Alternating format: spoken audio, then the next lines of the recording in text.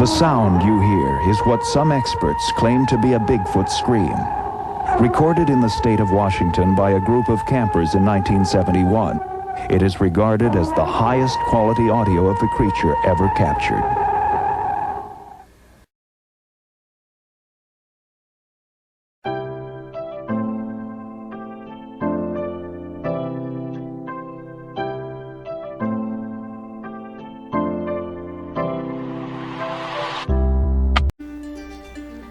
Hello, welcome to Bigfoot Real Encounters. We're glad to have you stop by. We'd also like to take this time to invite you to share your encounter. You can send your stories to the email bfrealencounters@mail.com, where we will feature your story with all of the respect that it deserves. So send your stories in, bfrealencounters@mail.com. We look forward to hearing from you and your great stories soon.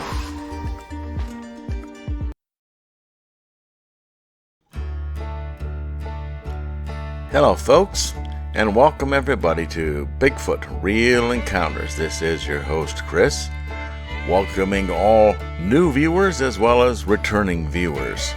This is a safe place to share your encounters. Nobody will make fun of you. We here at Bigfoot Real Encounters will believe you. We will take you at your word. If you send in your encounters, it will not be edited other than the removal of cuss words. Strange facts, strange occurrences, things never heard before, they will all go narrated as written. Okay?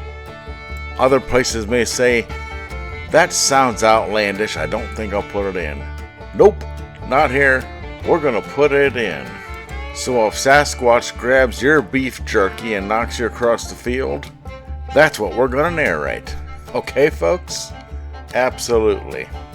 So send in your encounters. You deserve to be heard. Your story deserves to be told. And we need to hear the details. The more information, the more details we can share among the public, the better off everybody's going to be.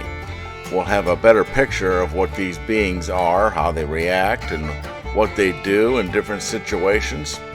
And we are going to educate ourselves. We're not going to wait for the those in charge, or whatever that might mean, to officially tell us, yes, they exist, before we say, oh, they exist because the government said they do. No, we know they do because we say they do. So let's get these stories in so that I can narrate them. You can get it off your chest and start to recover. All right, send them in to bfrealencounters@mail.com. We're going to continue on with going state by state, and today we're going to take a look in the state of Kansas. Yes, Kansas. The center of the continental United States, one of the flattest geological states in the country, in the middle of Tornado Alley, Kansas has reports of Sasquatch. Yes, they do. So let's take a look and see what we can find here. Here, it looks like we're going back to 1978 in Sedgwick County, Kansas. This one reads, "We have been fishing in the river, standing on sandbanks. My companion and I had our dog, and he decided to walk south in the river to fish downstream. I continued to fish standing in the knee-deep water on the east side of the river. It was hot, very hot weather. I heard sounds of deep, heavy breathing, a weird sound I cannot really articulate. But it caused me to look up and around. I thought my dog, a Great Dane, who had followed my companion downstream, was back, panting heavily from running in the river. I realized the sound was coming from behind me. I turned around and saw a tall creature staring at me. I couldn't believe what I was seeing. He was 100 to 150 feet west of me, standing on the bank beside a tree. I could see his eyes very clearly. They were like a man's. He had hair around him and covering his face and his entire body. He was very tall, at least 7 feet, and built very athletically. We just stared at each other for several minutes. I had no weapon to protect myself, so I just stood very still, and so did he. I realized I had to do something. I dropped my fishing pole in the water and started to move sideways slowly downstream where I could barely see the person I had come with. As I did, the creature moved very quickly to the next tree northward, stopped, and stared at me. I stopped. I wanted to move closer, but I was too scared. I thought if I had a gun or something, I would move toward it. But then it occurred to me, this may be somebody in a suit. I thought it might be my brother, but in this hot weather? I called out my brother's name. "Is that you? Quit kidding around." The creature simply stared at me. We were both curious about each other, and I could tell. I don't know how I knew that it was a male creature. Several more minutes passed, and I knew I better get out of there. I moved slowly again, sideways, and began softly calling to my companion, but he was so far downstream he couldn't hear me. I was afraid now, so I started moving faster to get out of there. The creature moved when I did, and he moved away from tree to tree, and I made my way through the river to my companion. I yelled for him to get up here and told him what I saw. He thought I was crazy. When I finally got up the river to see, the creature was gone. We went up on the bank to look for prints, but I didn't see any because it was all dry, sandy soil. We immediately went home, and I told my family. My brother was home, and it was obviously not him. My family owned this part of the river for recreation, and at that time had become the family joke. But I know what happened, and I did see Bigfoot in Kansas. It wasn't just a sighting, but a long, hard stare at each other. Of all the pictures I've seen of Bigfoot, there's only one that is true. This creature looks like a man, has eyes like a man, and even if I would have had a gun, I would never have shot it for fear. It would have been a man, a tall one, in some sort of a suit. Now this is something that we've heard many times before. People looking at these creatures, whether close like this or through the rifle scope, that they weren't sure that it wasn't a man. And I don't know where these people who sit in an office with a degree behind their name, who've never seen one, say that it's ridiculous, it's an animal, it's part ape, when people who have actually seen them describe them as being a man. Isn't that something, folks? And once again, I don't think that this person had to bang in a tree and scream out into the darkness to have an encounter. Food for thought. As always, if this is your encounter that you have left on the BFR website and you happen to be tuning in and hearing this narration of your encounter, I would love to hear from you. Perhaps you've had more encounters there in Kansas or know more stories. And as always, like, share, subscribe. Hit the bell notification icon so that you are notified when more videos are posted.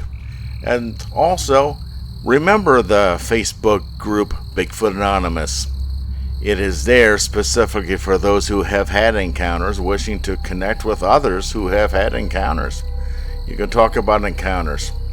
You can go to private rooms with each other or discuss matters of whatever. And it's going to stay on there. That's one of the rules, and I'm not going to source it for stories for the YouTube channel. So check it out. Join it. It's there to help because encounters with Bigfoot most often cause forms of PTSD, and we want to help you. There are some of you out there right now who have had encounters and you've not told folks, or maybe you have told people and were ridiculed, laughed at, the old routine, and it has kept you to not want to tell anybody. Well, now's the time to tell. It's more acceptable now than ever before. Send your encounters into bfrealencounters@mail.com. This is the email to talk to me about anything regarding the channel. If you want to reach me with any type of a business deal or an interview or sponsorship, use bfrealencounters@mail.com. I do keep an eye on it. All right, let's look and see if we can find another encounter. Looks like we have one here, another one in Sedgwick County, Kansas, from the spring of 2011. This one reads, I never gave much thought to Bigfoot, especially living in Kansas. I heard stories when I was a kid. I was out for a walk by myself on a nice spring day, enjoying nature and getting some peace and quiet away from my children. I like to walk down the Nenaska River, so I went to the closest bridge by our house. I walk quietly so I can hear everything around me. I practice listening to everything and using all my senses when I walk. I got to the edge of the bridge at the river and I stopped as I saw a figure squatting down at the edge of the river. First, I thought it was a homeless person or a local, but then I noticed they were covered in hair. So then I wondered why someone would be dressed in a Bigfoot costume at this remote area by the river. Then I looked around to see if there was anyone else filming, trying to pull a hoax or something. You never know what the teenagers will do these days. There was no one. And that's when I started noticing other details that pointed to the reality of the situation. The Bigfoot was breaking open mussels or clams or whatever and then eating them, which made me think, who would eat that raw from this dirty river where the trash is lying around? That's when it fully dawned on me that this was not a human. It was covered in a brown hair or fur. It was squatting with its back towards me the whole time. It never looked back at me, and I didn't move until I turned and left to go home to try to get my phone to take a picture, which it was dark by the time I got home, and there was nothing there when I got back. It just kept opening mussels and eating them, and it would hit them on the rock to break them open. It had long arms, and it squatted flat-footed, which I thought would be a difficult position to hold. As I squat with my heels up off the ground, its hands were shaped more like human hands, but the color was darker and the texture was kind of gorilla-like hands. I couldn't say for sure how tall it was, but it seemed younger, probably 6 foot or 7 foot tall. But I'd have to have someone to help me determine how big it really was. When I came back, I didn't want to get down in the area because there are snakes around here. I couldn't believe what I had seen, and I didn't tell anyone, even my family, because this is Kansas. I did make them squat to see if they did it flat-footed. I also take them to the river whenever we go for walks. I try to get my husband to go for walks with me, so maybe he would see one too. But he won't go for walks with me.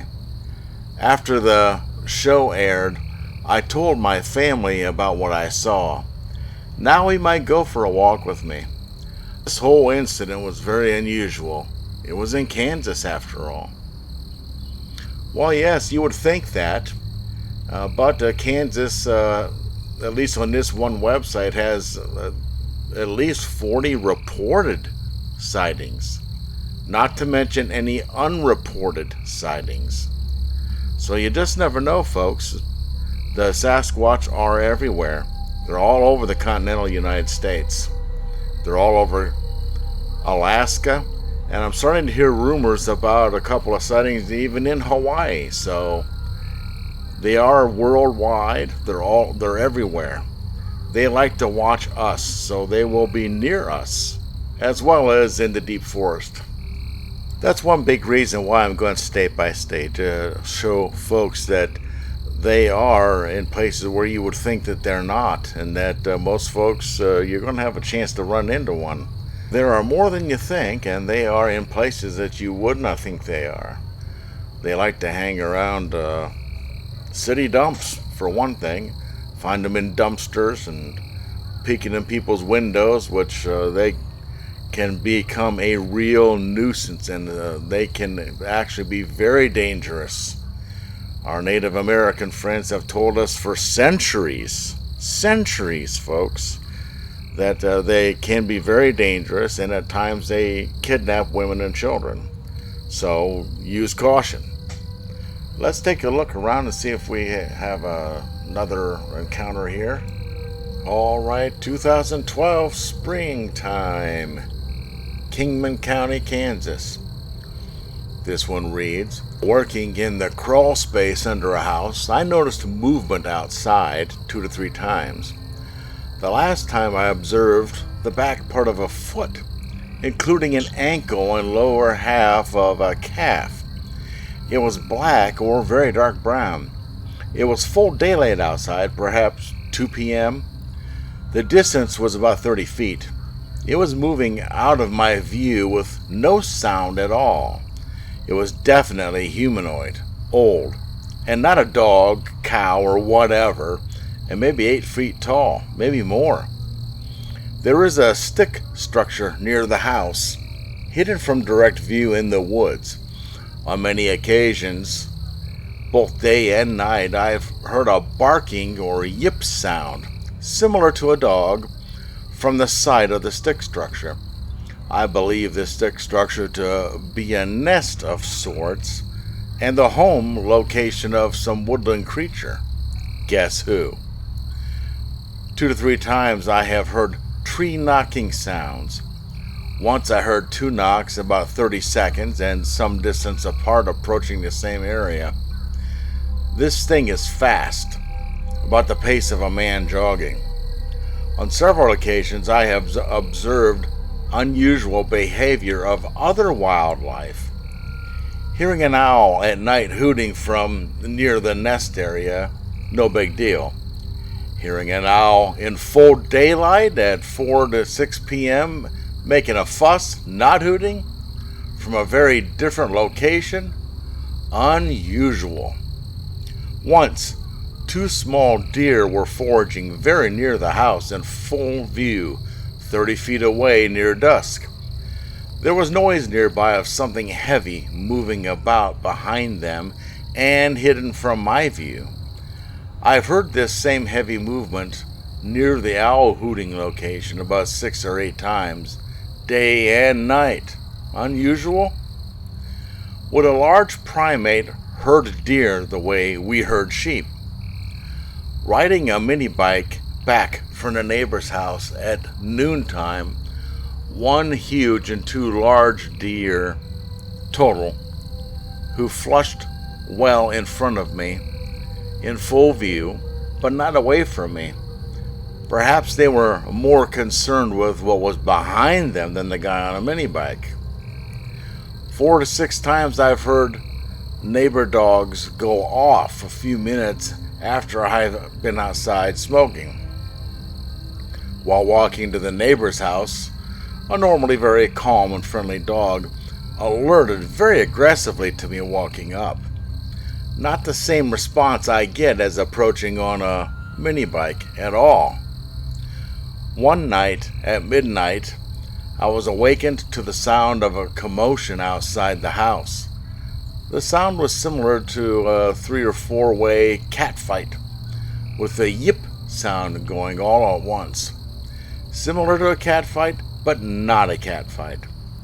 When I went to a window to investigate, the noise stopped suddenly when I came into view. The distance was about 30 feet. The window was open, and I could have heard a beanbag drop from the location of the sound, yet heard nothing more. No scurry of little feet, nothing. The next morning there was very little wind and a smell similar to a skunk wafting about. Unlike a skunk, not quite the edge to it, and the smell went away within an hour. Alright folks, that was a partial sighting, it seems like. We saw the foot and calf as he was under the crawl space of a house. But a lot of peripheral type of encounters. There were strange encounters going on, and strange actions of other animals doing things outside of what they normally do. And this is another one of those type of encounters that I talked about in other videos, where you don't actually get a full view of the creature, but you've had an encounter regardless, because of all the other things added up. The stick structures, the smells, the reactions of other animals, and so on and so forth. Now, I know there are naysayers out there on this particular encounter, and would have their doubts and have all kinds of things to say about it, but just shut up, because we know when things are normal and when things are off, when something's not right, when something strange is in the air. We know that also. We have that built into us. And when we experience this and we go to others and tell them about it, we should not face ridicule or rejection, okay? Because one time it's going to be you, and you're not going to want to face that from folks. You're going to want to be taken seriously when you know something is not right, because you were there and they weren't. All right, you understand me? I know you do. So let's take these things seriously, folks. On this channel, it will be taken seriously. Okay? Once again, like, share, subscribe. Send in your encounters to bfrealencounters@mail.com. Click that notification bell icon. And as always, we've got the fall season up on us right now. Still a lot of nice weather. And when you're out there with your family picnic or in the crawl space under the house, keep an eye on the tree line to see what's keeping an eye on you. We'll see you in the next one. Once again, another great story. Thanks for tuning in. Please share your encounter. Email us, bfrealencounters@mail.com. Your story is very important. We will treat it with the respect that it deserves. Also, be sure to smash the like button, share, and subscribe. Thanks once again. We look forward to hearing from you soon.